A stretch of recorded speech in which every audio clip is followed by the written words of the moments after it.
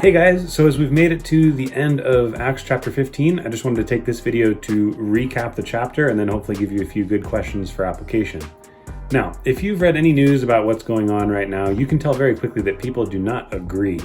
Whether it's on social media or TV commentators or politicians, everyone is just trying to tear each other down because of their views on how to handle current events. And our situation right now is actually very similar to what happened in Acts 15.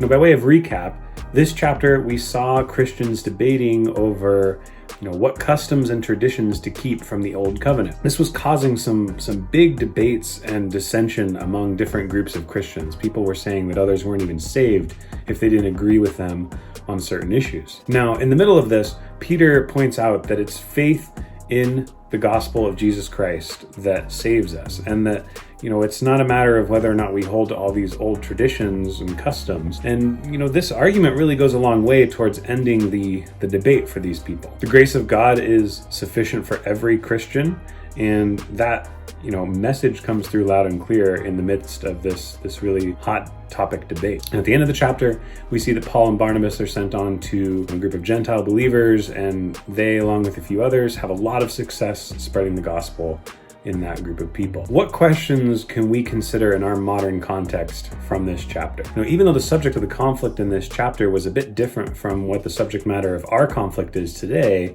I think that there are some timeless and eternal truths here that we really need to stop and realize. First, let's consider, how do we handle disagreements with fellow believers like our family members and our Christian friends? Do we ever step back and realize the power and the grace of God to all of us in these moments of conflict? Or, do we just judge people and let our disagreements tear us apart? Acts 15 lays out an amazing picture of people seeing what's really important in the church, and they're able to overcome serious conflict because of it. They come to the conclusion that it is through faith alone that one is saved, and that you don't have to be circumcised or follow the law of Moses in order to be saved, which some people really believed at that time. They find the power in this message of the gospel to overcome hot-headedness and interpersonal judgment.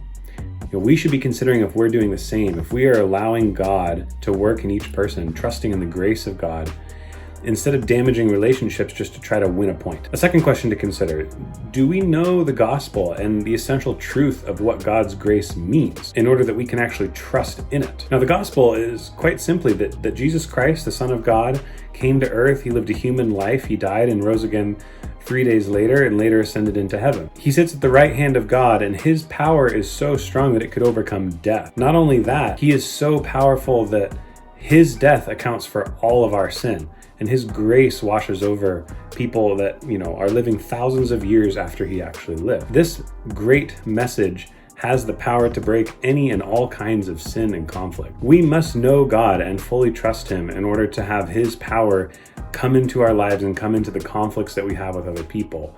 So we need to ask ourselves, do we understand this gospel message, and do we trust in it? Do we trust in the grace of God in these various circumstances we find ourselves in? A third question we should consider is this: are we trusting and respecting the leaders and mentors that God has placed above us? So much of Acts revolves around this dynamic of church leaders kind of working through difficult questions about what it means to be a Christ follower. The process of conflict resolution, missionary sending, letter writing, and gospel spreading works smoothly in the book of Acts because the people in the story trust each other and they respect different points of view. They're able to work through issues in a godly way because they trust God and they respect the decisions of the leadership in their context. Now, it would be easy for us to hold grudges against the people in power, whether it's our parents, our small group leaders, our teachers, or government officials. We might disagree with all of these people at various times.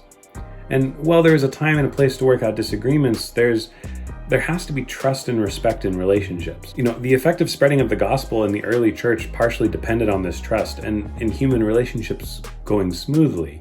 And the church today depends on all of us honoring God and following the leaders that God has appointed over us. Now, we must examine ourselves to know if we are honoring our parents, if we're honoring our teachers, and if we are honoring the other leaders that we have in our lives. When we disagree with something that someone has told us to do, or if somebody has told us to change something in our life, we must rely on the grace of God to work through the situation in a godly way and not become angry and divisive like they did at the beginning of Acts 15. Now, there's so many other great questions that could be raised from this chapter in Acts, but I'll keep it to those three today. So to recap, do we ever step back and realize the grace of God when we have conflict or disagreements with fellow Christians? Second, do we understand the gospel and what the grace of God is and how it can affect our lives and our relationships? And finally, are we trusting in the leaders and mentors that God has placed over us?